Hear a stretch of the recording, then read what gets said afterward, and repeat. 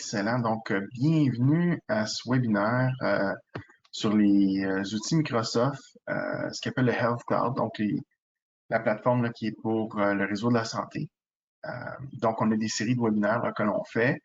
Aujourd'hui, on est vraiment excités là, de vous parler de ce que Microsoft a un peu conçu là, dans les dernières années pour toute la panoplie, là, que ce soit patient, clinique, donc toute la suite Health Cloud. On va débuter doucement. Aujourd'hui, on va passer rapidement. Là, on n'est pas là pour parler de solutions Matrix, on est là pour parler de Microsoft. Alors, moi, personnellement, je suis Sébastien, je suis fondateur d'une entreprise qui s'appelle Solutions Matrix. On œuvre dans le domaine des technologies de l'information, plus particulièrement tout ce qui est client-patient depuis ça fait 16 ans maintenant. Donc, une firme là, assez boutique, là, donc on est soixantaine d'employés là, à Montréal, aussi à Toronto. Puis, un peu là, Solutions Matrix, c'est pas seulement des technologues, on est vraiment des conseillers d'affaires, donc les meilleures pratiques. Donc, on s'assoit pour vraiment comprendre là, les enjeux stratégiques, amener les meilleures tactiques là, pour atteindre ces objectifs d'affaires-là. On est beaucoup orienté sur la gestion du changement, sur l'adoption usagée. Là. On comprend qu'une technologie, il faut qu'elle soit utilisée, il faut qu'elle parle aux gens là, qui vont dans le quotidien être à l'utilisation du logiciel, sachant là, qu'au niveau plus des managériales qui veulent voir des dashboards, des KPI. Donc, on aligne les deux.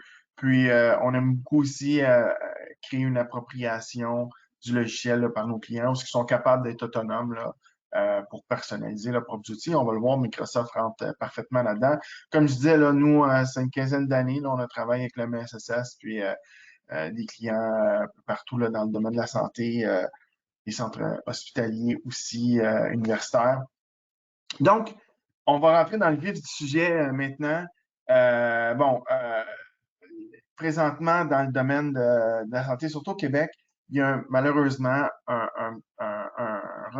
je dirais pas un retard, mais il y a un petit gap entre ce que les technologies permettent, comment les institutions, nos organisations les utilisent. Donc, entre les deux, il y a malheureusement là, un petit fossé qui s'est creusé. Donc, quand on regarde, par exemple, à la presse, qu'est-ce qu'ils disent quand on parle, par exemple, de télémédecine, ben là, il y a un petit retard là, par rapport à nos voisins, que ce soit nos voisins du Sud ou nos voisins de l'Ouest, là, qui, eux, ont mis ces technologies-là au service des gens pour être plus efficaces, pour être plus global, être en contact un peu mieux avec leurs patients, puis être plus disponible. On comprend que l'accessibilité est pas nécessairement toujours facile. Donc, un outil comme la télémédecine, là, ça aide beaucoup. Même chose Radio-Canada, là, je pense que c'est connu. Là, on a des outils qu'on n'a pas en plein potentiel, qu'on n'exploite pas à leur plein potentiel. Donc, aujourd'hui, c'est un peu l'objectif du webinaire, c'est, vous allez voir, là, Microsoft, c'est, bon, évidemment, on connaît tous l'entreprise, entreprise globale, un gros joueur important dans le domaine des technologies, très vaste, là, de la Xbox à LinkedIn, bon, etc. Donc, ils ont fait quelque chose de vraiment fantastique pour le réseau de la santé. Alors, on va faire un survol aujourd'hui, là, encore. Puis, je vais m'efforcer de ne pas être trop technique, mais plus de parler un peu des bénéfices, comment ça fonctionne, comment ça s'absorbe, comment que les entreprises, là, les organisations, nos institutions là, peuvent utiliser ces technologies-là. Donc, comme on a vraiment là, deux choses qu'on va parler, donc évidemment Microsoft, le cloud pour la santé. Sachez que Microsoft est un partenaire du gouvernement du Québec. Donc, tous les normes de sécurité, toutes les façons de faire, que ce soit l'accessibilité aux données, tout ce qui est la data privacy, là, tout ce qui est les données privées, etc., l'accessibilité, tout est fait selon les meilleures normes là, du Québec puis du monde. Là. Donc, Microsoft est un joueur mondial, comme on disait. On va parler des solutions applicatives. Donc, Microsoft offre un portefeuille, un coffre à outils complet de solutions. On va faire un survol aujourd'hui pour un peu là, vulgariser un peu là, toutes les parties de cette solution-là, puis quels pourraient être les bénéfices, c'est où qui viennent nous aider là, dans notre quotidien. Donc, un petit peu là, Microsoft Cloud pour la santé. Je vais y aller rapidement là, sur les différentes axes puis piliers là, qui ont été conçus dans la plateforme. Premièrement, on a des outils de collaboration, là, que ce soit les équipes de soins, que ce soit les équipes professionnelles aussi. Donc, évidemment, on parle pour l'institution, l'organisation complète, là, que ce soit les relations, on va parler beaucoup des relations patients, professionnels de la santé, mais c'est aussi bon pour entre professionnels de la santé ou entre personnel administratif, personnel de la santé. Là. Donc, on va parler des différents cas d'utilisation. Donc, l'aspect collaboratif est vraiment important là, dans les suites Microsoft. On connaît tous là, un peu Teams, bon, puis là, tu as les outils de chat, etc., les outils de rencontres virtuelles. Donc, on va pousser un peu plus loin, là, Microsoft va pousser un peu plus loin pour l'aspect collaboratif. La coordination des soins, là, que ce soit autant calendrier, workflow. Puis là, je parle des soins, mais c'est tout ce qui est tout ce qui va sur un calendrier. Là, Microsoft a beaucoup d'outils pour la santé là-dessus. Puis pourquoi pour la santé? C'est qu'on sait que des fois, on va échanger de l'information patient ou de l'information sensible, là, qui est très confidentielle. Alors, Microsoft a ce qu'il faut dans leur plateforme.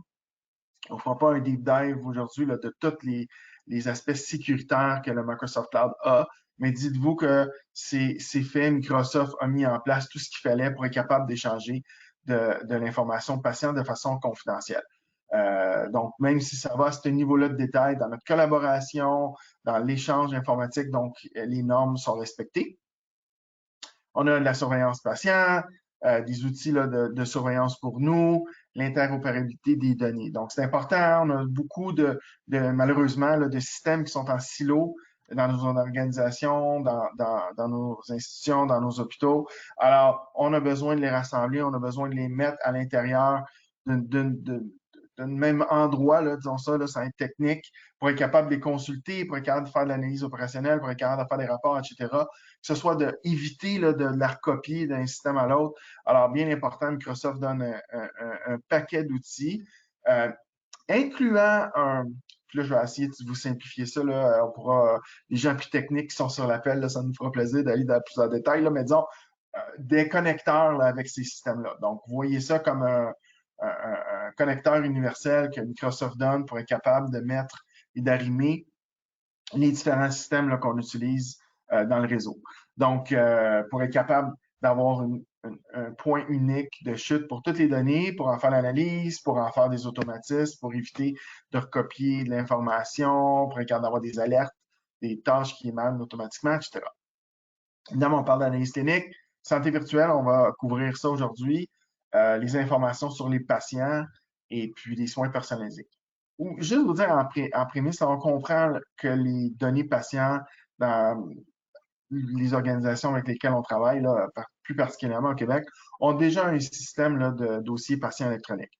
Donc, un DME ou d'autres, que ce soit Oasis, par exemple, ou un autre. Donc, on comprend que ces données sont là. Maintenant, on aime ça des fois extraire certaines données pour les amener dans un autre pour être capable de faire un peu plus de fonctionnalités, que ce soit des automatismes, des rapports, etc., la croiser avec d'autres données de d'autres systèmes. Donc, quand on parle que Microsoft Cloud a les certifications pour le faire et les outils, les connecteurs pour le faire, c'est un exemple. Donc, prenons Microsoft a là, une des choses qui fonctionne absolument fantastique avec Microsoft, c'est le portail. Donc, on va prendre un exemple du portail. Donc, ce soit, puis on va généraliser ça, là, c'est pas nécessairement un patient qui va aller sur un portail. Je vais vous donner un exemple qu'on fait avec d'autres institutions, des stagiaires. Donc, dans les différents départements, on parle tout ce qui est nursing, par exemple. Là, bon, vous avez beaucoup de stagiaires. Ben là, on fait un portail. Donc, les stagiaires y vont. Bon, on se connecte avec d'autres systèmes, là, où on peut voir là, quand vous affichez les demandes de stage, etc. On s'intègre avec ça. Là, pas la patiente, mais désolé, mais la stagiaire va avoir accès au portail, là, puis là, elle va pouvoir se connecter, remplir des formulaires, voir sa formation, se préparer, voir les coordonnées là, de sécurité avant de rentrer dans l'édifice, etc. Là, toutes sortes d'informations importantes. Donc, ça, c'est un exemple de portail. Donc, on voit que le portail aussi de Microsoft est configurable.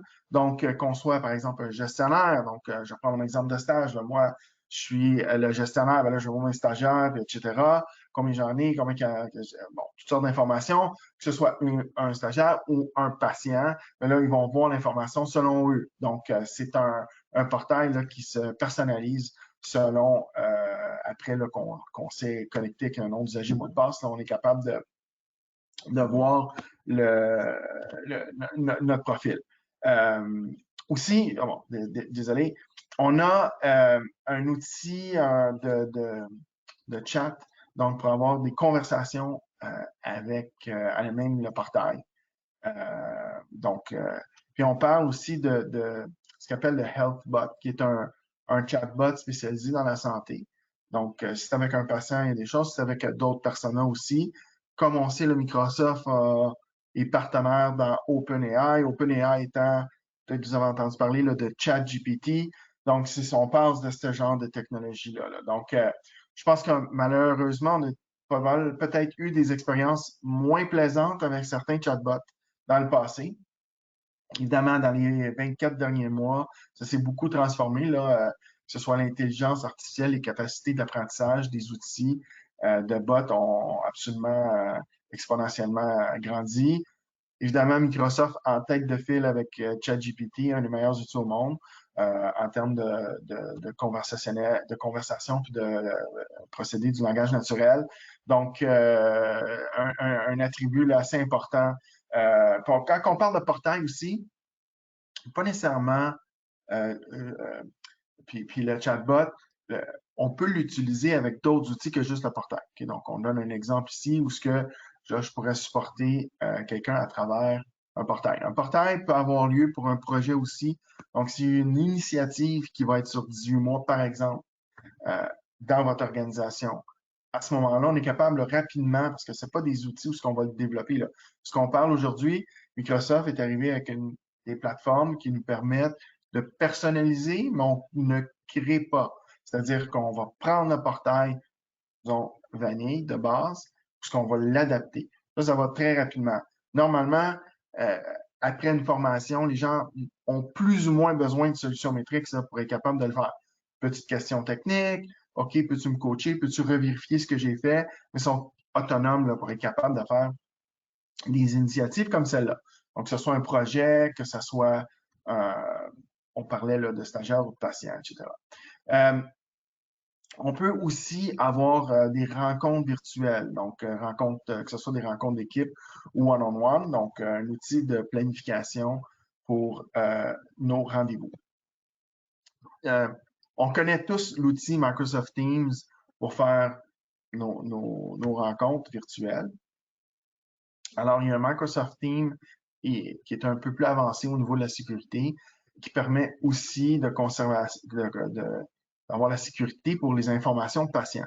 Donc, s'il y a une conversation entre un professionnel de la santé et son patient, Microsoft a un outil qui s'appelle Microsoft Teams EHR, donc un petit peu plus avancé ou plus sécurisé et avancé là aussi que le Teams régulier qu'on utilise tous dans notre quotidien.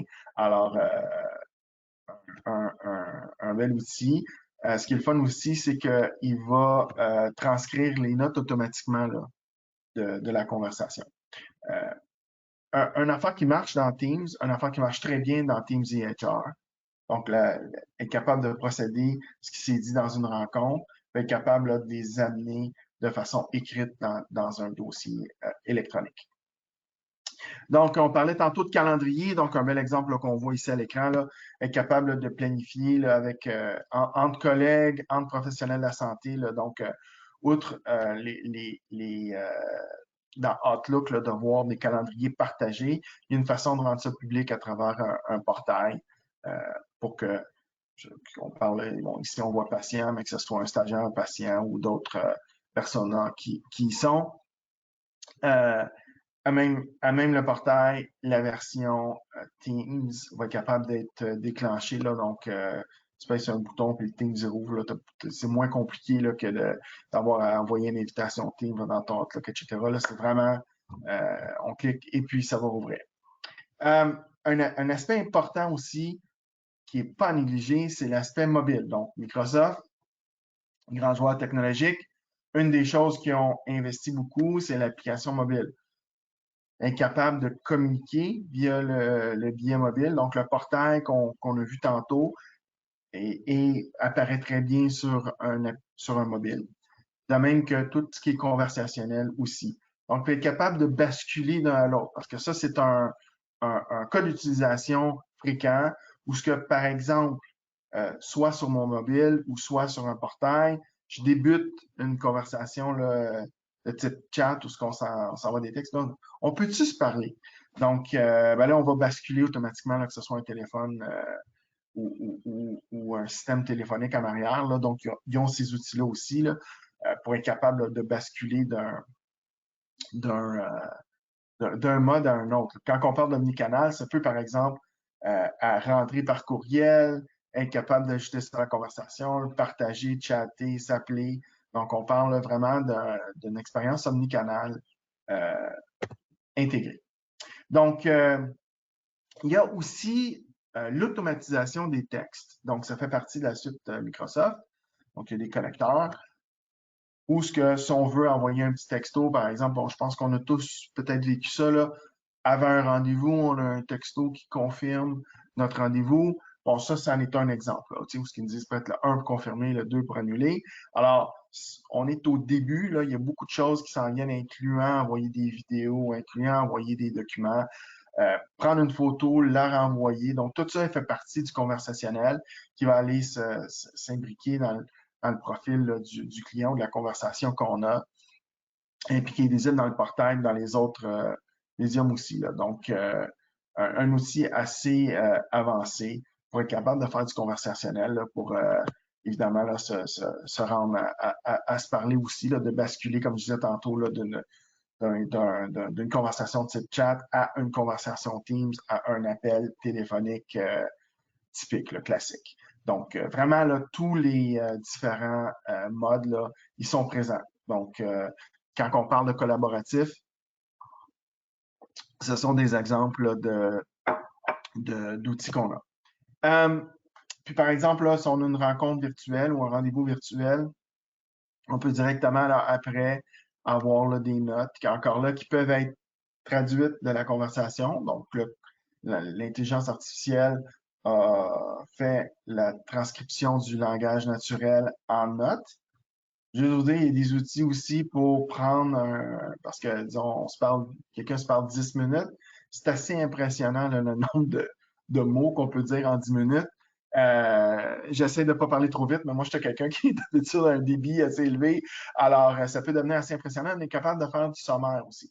Donc, prendre la conversation intégrale, là, qui peut des fois apporter sur 10-12 pages, en faire une version succincte. À travers l'intelligence artificielle encore, il y a ça du text summarization pour être capable d'avoir l'essentiel en 4-5 phrases. Donc, c'est le genre d'initiatives là, qui peuvent être faites assez facilement. Là, donc, pour nous aider à ne pas avoir à lire les 10 pages, mais peut-être en 4-5 lignes, d'être capable d'avoir un peu le résumé sommaire de ce qui s'est dit. Évidemment, on peut enregistrer les conversations aussi. Là. Donc, on a parlé un peu. Donc, l'outil là aussi, il y a un autre outil là, du côté client qui s'appelle Dragon Ambient Experience. Donc, pour tout ce qui est partage des conversations transcrites là aussi qu'on peut envoyer aux patients. Mais donc, tout est basé sur l'intelligence artificielle, les conversations, d'écouter, le mettre d'une façon sécurisée encore là, parce qu'on comprend qu'il y a un enjeu de sécurité là, de quelqu'un qui va dire des choses qui font partie de son dossier médical. Bien, évidemment, c'est l'information très sécurisée, c'est de l'information privilégiée. Les droits d'accès sont pas pareils pour tout le monde. C'est compris, c'est saisi par Microsoft, c'est approuvé par le gouvernement du Québec, comment ils le font. Donc, les droits sont en place, les accès sont là pour être capable de le faire. Et probablement sauver du temps. Microsoft a aussi d'autres compagnons. Donc, on disons ça comme ça. Donc, ils ont des piliers puis ils ont des outils de personnalisation. Ce qu'on a vu tantôt, on parlait là, de portail, que ce soit d'application mobile, que ce soit de rapport de tableau de bord, a une suite qui s'appelle la Power Platform. Dans la suite de puissance Power Platform, ben, il y a un truc qui s'appelle Power Apps. Donc, pour bâtir des applications. Par exemple, j'ai un petit formulaire de saisie. j'ai un gros formulaire un peu plus complexe en plusieurs questions. Puis tout dépendant de ce qui est dit, la question 2, je peux avoir 4 choix. Puis là, y aller de façon logique là, pour avoir plusieurs embranchements. Pas de problème, Microsoft donne les outils pour être capable de créer des formulaires, d'avoir les réponses, de les storer, euh, d'avoir des photos, des documents, d'avoir différents types de médias, un vidéo. Alors, tout imbriqué pour avoir une application qui va aller collecter l'information pour nous, pour être capable plus tard d'en faire de l'analyse. Puis aussi d'avoir quelque chose qui est assez personnalisé. Malheureusement, dans les... bon, on a dit 16 ans solution métrique, ça fait quelques années que je fais ça. On a vu là, jadis, puis malheureusement, certaines applications, ils sont encore, parce que l'interface est pas vraiment moderne, pour être diplomate et poli. Euh, Surtout, on parle d'expérience client, on parle aussi de plus en plus d'expérience employée. Ce qu'on cherche, c'est que souvent la nouvelle génération qui arrive, qui elle va sur Airbnb pour se réserver quelque chose, Uber pour appeler un taxi, etc.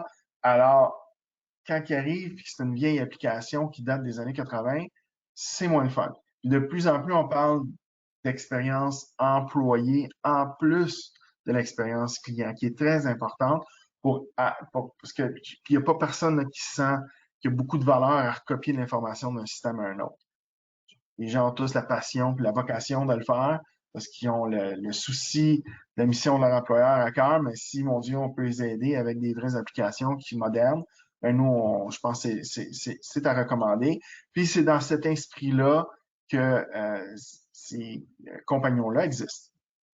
Donc, on parlait de Power Apps, l'automatisation. Donc, par exemple, euh, je rentre l'information, puis là, ça correspond à certains critères. Alors là, je vais avoir une automatisation. Ça me prend une approbation, il faut absolument envoyer une alerte, il y a un statut qui doit changer. Puis quand ça fait plus que 5 jours, c'est à ce statut-là. Là, il y a quelque chose qu'il faut qu'il se passe, il faut qu'on escalade.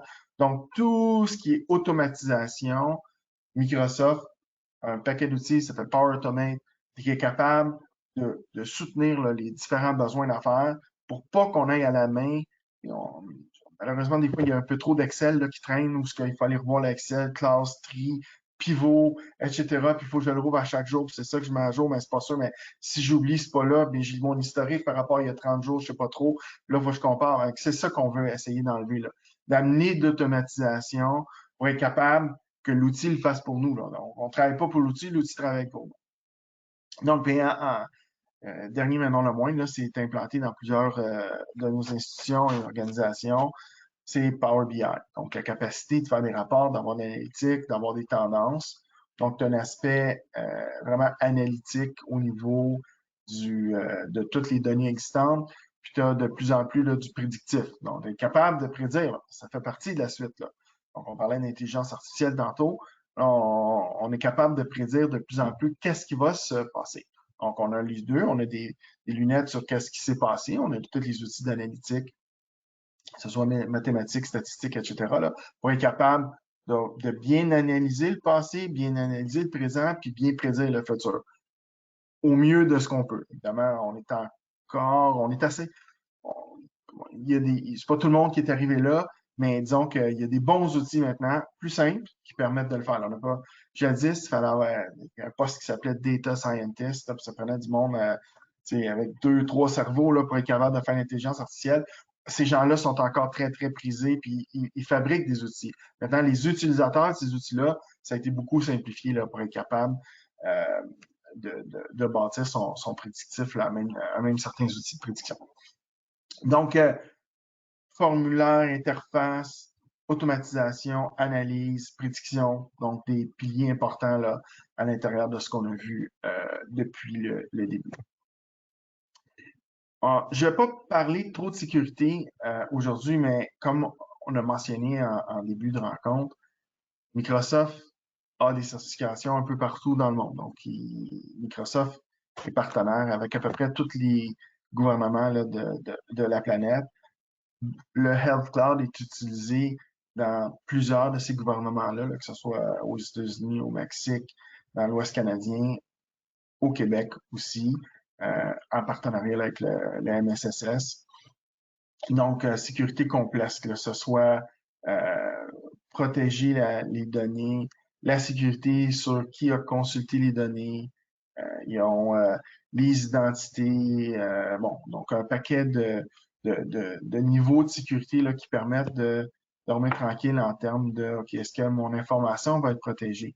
Est-ce qu'en créant mon application, est-ce que je mets en danger mon organisation? Est-ce que sont où les paramètres? Là? Puis Microsoft a des ententes avec le gouvernement, parce que c'est pas tout non plus, là, on n'exposera pas de l'information confidentielle.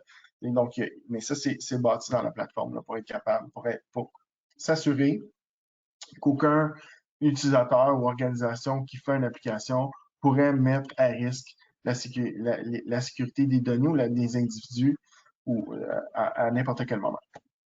Donc, encore là, je ne veux pas rentrer trop de technique, là, mais donc, juste par exemple, là, il y a des formations produits, il y a des formations pour les fournisseurs comme nous, là, par exemple, on parle de IPA, là, donc ça, c'est une des certifications là, sur laquelle un fournisseur de service, là, donc pas un fournisseur de plateforme, mais un fournisseur de service doit avoir, là, comme nous, on a, pour être capable là, parce que quand on aide nos organisations, des fois, on va tomber sur des données confidentielles. Là, fait qu'il y a différentes façons là, d'adresser ça. Donc, on est certifié là, à plusieurs niveaux là, sur ce genre d'environnement-là.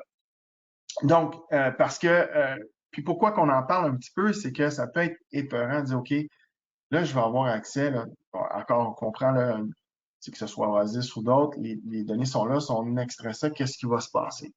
Donc, c'est très confidentiel, donc je vais juste prendre quelques minutes pour parler de l'aspect sécurité, l'aspect gouvernance, l'aspect droit d'accès qui est très important dans le domaine de la santé pour les données privées. Je vais conclure rapidement avec les bénéfices parce qu'on veut laisser un petit 10 minutes de questions.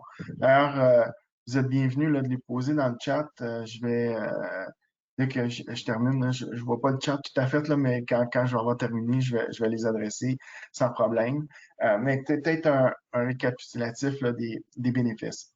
Donc, on parle de l'amélioration du service, l'expérience sur les deux volets, hein. L'expérience externe, donc les gens qui interagissent avec vos organisations, que ce soit des patients ou autres.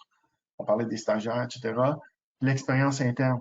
Donc, ben là, je parle honnêtement. Tu sais, je vois des gens super talentueux qui font des choses qui sont pas vraiment à leur juste valeur. C'est-à-dire qu'ils font beaucoup de clérical, ils font beaucoup de l'entrée de données, ils font beaucoup. C'est des gens avec plein de talent qui seraient mériteraient de faire d'autres choses. Donc, c'est un peu notre raison d'être, notre mission chez Metrix. C'est et la technologie le permet, là. Fait qu'on a juste besoin d'aider ces organisations-là à avoir à bien utiliser les technologies pour arriver à leur fin, là, pour enlever cette inefficacité-là. Donc, que ce soit organisationnel, donc multidépartemental, c'est un silo, ou que ce soit d'une façon individuelle. L'individu est en train de travailler à faire des choses même trop cléricales. Donc, pratique sécuritaire et efficace. Donc, on parle d'efficacité, je pense qu'on l'a bien nommé.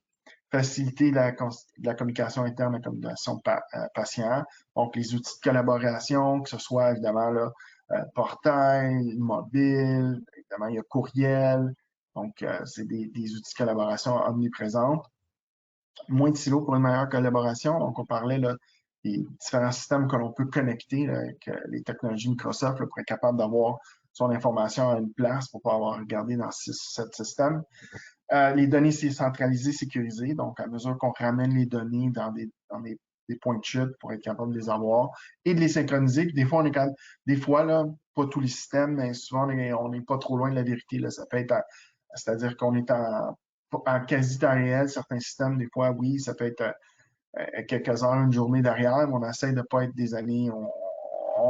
Il faut que ça soit assez, une fréquence de réconciliation là, qui est assez courte. Alors, dans un environnement sécurisé, optimisation des ressources, on a parlé d'efficacité, mesurer l'impact de la télémédecine aussi, là, son Microsoft l'offre, là, donc on peut mesurer l'impact, puis la réactivité au changement, l'agilité. Ça, on l'a mis en dernier, moi, c'est celle qui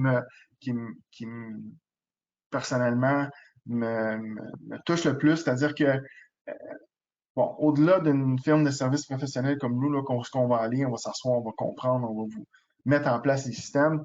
Là où on a notre vrai, moi personnellement, là, on a notre vrai notre vraie gratification, c'est lorsque nos organisations disent, OK, j'ai bien compris, j'ai bien maîtrisé ce que vous avez fait, puis j'ai été capable de le faire évoluer. On est rendu en agile à l'interne. Et on a compris un momentum d'innovation, ça ressemble à quoi? On est capable de faire une gestion du changement, on a une bonne adoption usagée, on a une vélocité dans notre avancement, puis dans notre progrès, avec les outils que vous nous avez mis en place, puis vous nous avez montré comment les utiliser. Alors, ça c'est le but qui est recherché avec la plateforme Microsoft, qui est le but qui est recherché par un fournisseur de services comme nous, but qui est recherché par Microsoft en donnant ce qu'il faut à leurs clients et aux intégrateurs comme nous pour être capable de faire un travail, pour amener les organisations à être capables d'innover. Donc, j'ai assez parlé. Je vais passer aux questions. Je vois là ici, j'ai quelques questions dans le chat.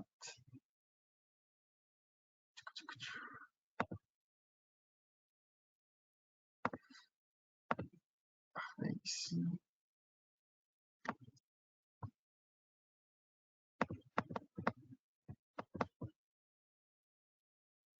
Parfait. Donc, j'ai une question qui concerne les licences et la façon d'acheter Microsoft. Donc, c'est assez simple. Là. Il y a un catalogue qui est publié. Microsoft a fait une entente avec le gouvernement. Donc, le produit est déjà négocié, si on veut, au niveau du ministère. Donc, c'est pas, il n'y a pas au niveau là, de l'institution comme telle, là, il y a déjà des ententes qui sont négociées. Donc, au niveau de l'acquisition des licences, c'est un processus qui est très simplifié. Donc, puis qui est déjà là sous le catalogue. L'appel d'offres a déjà été fait avec Microsoft.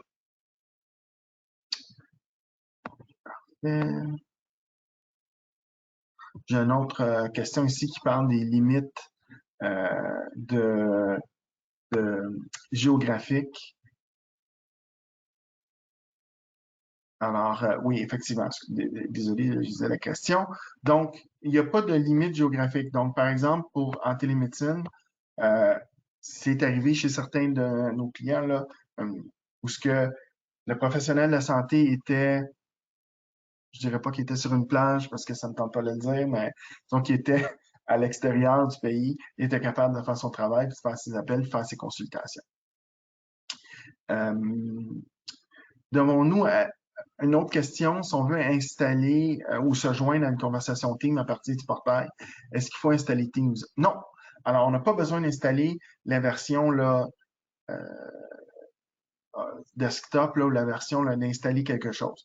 Donc, en cliquant sur le bouton dans le portail, Teams va ouvrir. Là. Il y a une version, disons, web qui s'installe à peu près tout ça. Là. Il y a une petite question, voulez-vous? Tu fais oui, puis ça va partir. Comment l'intégration de ces outils fonctionne-t-il dans nos organisations, étant donné que nous utilisons plusieurs outils différents? Alors, c'est une excellente question. Évidemment, on a tous, nos organisations, plusieurs systèmes qui sont des fois en silo, des fois connectés, des fois pas trop connectés, des fois connectés un peu, mais pas tout le temps ou partiellement. Alors, Microsoft offre, comme je disais tantôt, une approche qui s'appelle ils ont un ESB. Là. Eux autres, ils ont un outil cloud qui s'appelle Azure, ESB, etc. Pour être capable de connecter tous ces outils-là. La plupart des connecteurs existent. OK? Ça serait aller en détail là, pour les différents systèmes qu'on veut connecter. Mais on est capable, là, après, de ramener l'information dans un seul point de chute. Puis, quand on ramène l'information, ça, comme je disais, pour en faire peut-être un automatisme, pour en faire des rapports, pour être capable de l'afficher de façon différente là, que dans le système d'origine de cette donnée-là. Est-ce que cette solution peut s'adapter dans un milieu d'itinérance? Absolument. Donc, à l'extérieur de l'entente du MSSS, il y a Microsoft a, pour les organismes à but non lucratif, disons, une entente de prix vraiment spéciale là, pour aider les organisations. C'est un peu une façon d'être altruiste pour Microsoft. Donc, dans leurs élans de philanthropie, ils font un prix là, qui est pas matériel, disons, là, pour leurs différents outils. Donc, à discuter, là, mais c'est disponible aussi à l'extérieur du réseau là, en milieu d'itinérance. Nos professionnels utilisent Teams autant pour rencontrer leurs collègues que leurs clients usagers. Est-il possible de discriminer le type de rencontre afin d'avoir une volumétrie des activités télésanté? Absolument. Donc, il y a des paramètres là, à l'intérieur de Teams qu'on peut aller lire pour regarder, OK, quel était le type de rencontre et ou le type de client avec qui, client ou le type d'individu avec ou contact là, avec lequel j'ai fait une rencontre. Donc, ça, ce sont des paramètres là, qui existent à l'intérieur de Teams. Une autre question plus spécifique sur le type de licence, la E5, alors est-elle suffisante? Oui, OK, mais on pourra se parler peut-être, vous pourrez regarder le contexte, mais à rigueur, je dirais probablement, il faudrait regarder le cas d'utilisation. Puis, ici, j'ai une autre question qui est quelle est la première étape à franchir pour intégrer ces outils dans notre organisation? Alors, la première étape, souvent, c'est que nous, on l'offre, là, c'est de faire un atelier de travail. Donc, on va regarder un peu les systèmes qui sont en place, c'est quoi les objectifs d'un projet potentiel. Fait de dire, ben, voici ce qui existe déjà, parce que souvent, on, on n'est pas peut-être pas les premiers dans le monde à vouloir faire ça. Donc, nous, on a des partenaires à l'extérieur du Québec qui travaillent dans le réseau de la santé. Puis Microsoft nous met en contact avec tous les partenaires qui travaillent en santé dans le monde. Donc, ça peut être peut-être un hôpital de l'Australie qui a fait quelque chose. Ça peut peut-être être une clinique privée en Europe qui a fait quelque chose de semblable. On ramène cette intelligence-là, cette expérience-là à la table. Évidemment, nous, on en a fait beaucoup, mais on n'a pas la prétention de dire qu'on a fait tout ce qui s'est fait sur la planète dans le domaine de la santé. Alors, c'est la façon de faire. Donc, on y va un peu par gap. Donc, on regarde les objectifs stratégiques, on regarde les différentes tactiques pour s'y rendre, on regarde d'un point de vue technologique, d'un point de vue gestion de changement, d'un point de vue organisationnel. On fait un petit roadmap. Ça, c'est ce qu'on a. Après ça, on regarde là, comment être capable d'implanter ça, le timeline, la capacité d'absorption de changement aussi de l'organisation. Donc, c'est un peu notre façon de faire. Peut-on surveiller à distance des patients à l'aide de l'Internet des objets? C'est vraiment une excellente question. J'ai sauté un petit peu ça aujourd'hui parce que c'est vraiment un sujet futur webinaire, mais absolument. Donc, moi-même étant un utilisateur là, de Apple Watch Ultra, je suis un bêta-testeur de la chose où ce que dans les outils Microsoft connectés avec mon Apple Watch, je mesure différentes choses. Puis, bon, on a des automatismes, des choses qui sont faites. Mais oui, à partir de l'Internet des objets, on peut être capable de surveiller à distance des patients. Bon, il y a une histoire de consentement pour, tu sais, bon, puis une nouvelle norme canadienne là, qui rentre en fonction, le volet 2 rentre en fonction le 1er juillet, là, le Canadian Privacy Protection Act. Donc, il y a un autre volet là, qui est là. Donc, il y a un petit aspect là, de consentement, mais outre ça, d'une façon technologique, absolument, on est capable de faire parler l'Internet des objets. Là, un Apple Watch ou d'autres étant un exemple là, pour être capable de faire la surveillance patient. Donc, excellent. Je pense que ça conclut les questions. On a couvert beaucoup. Oh, une petite dernière question. Est-il possible d'utiliser est-il possible avec le portail d'utiliser des connecteurs avec un serveur local, bon, en mode hybride? Oui, OK, sans être complètement cloud. On peut avoir un mode hybride. Donc, c'est ce qui permet là, d'être capable d'agir dans ce mode hybride-là. Donc, est-ce que les échanges de courriel d'un domaine à l'autre de Microsoft restent sécuritaires? Oui, il y a une configuration à faire pour être capable de le faire. Je suis très content, j'ai des gens techniques sur l'appel, là, donc j'ai des bonnes questions. Puis, pour être capable de répondre en détail, j'ai vu le faire. Là, on pourrait s'asseoir avec nos ingénieurs là, qui vont être capables d'aller plus en détail là, dans l'aspect sécurité fine des noms de domaine entre échanges d'Active Directory là, pour être capable de faire. Mais oui, la sécurité reste là, dans l'échange. Il y a de l'encryption à mettre en place, puis il y a des certificats, là, donc si je ne m'abuse, à mettre en place. Donc, je vais remercier vraiment tout le monde d'avoir été. J'espère que j'étais pas trop ennuyant. Euh, Vous êtes les bienvenus à nous poser des questions. Bienvenue si vous voulez faire un petit brainstorming, là, une petite session de travail. Là, ça va nous faire plaisir de s'asseoir avec vous pour peut-être compléter là, un complément d'information en ce webinaire, regarder peut-être un code d'utilisation qui vous est propre pour être capable là, de vous donner puis de vous éduquer du moins là, sur les possibilités là, de ce que l'écosystème de Microsoft offre là, dans le domaine de la santé. Donc, merci beaucoup encore. Et puis, on va vous inviter là, à notre prochaine série webinaire là, qui devrait être quelque part pendant les vacances. Merci beaucoup. Au revoir.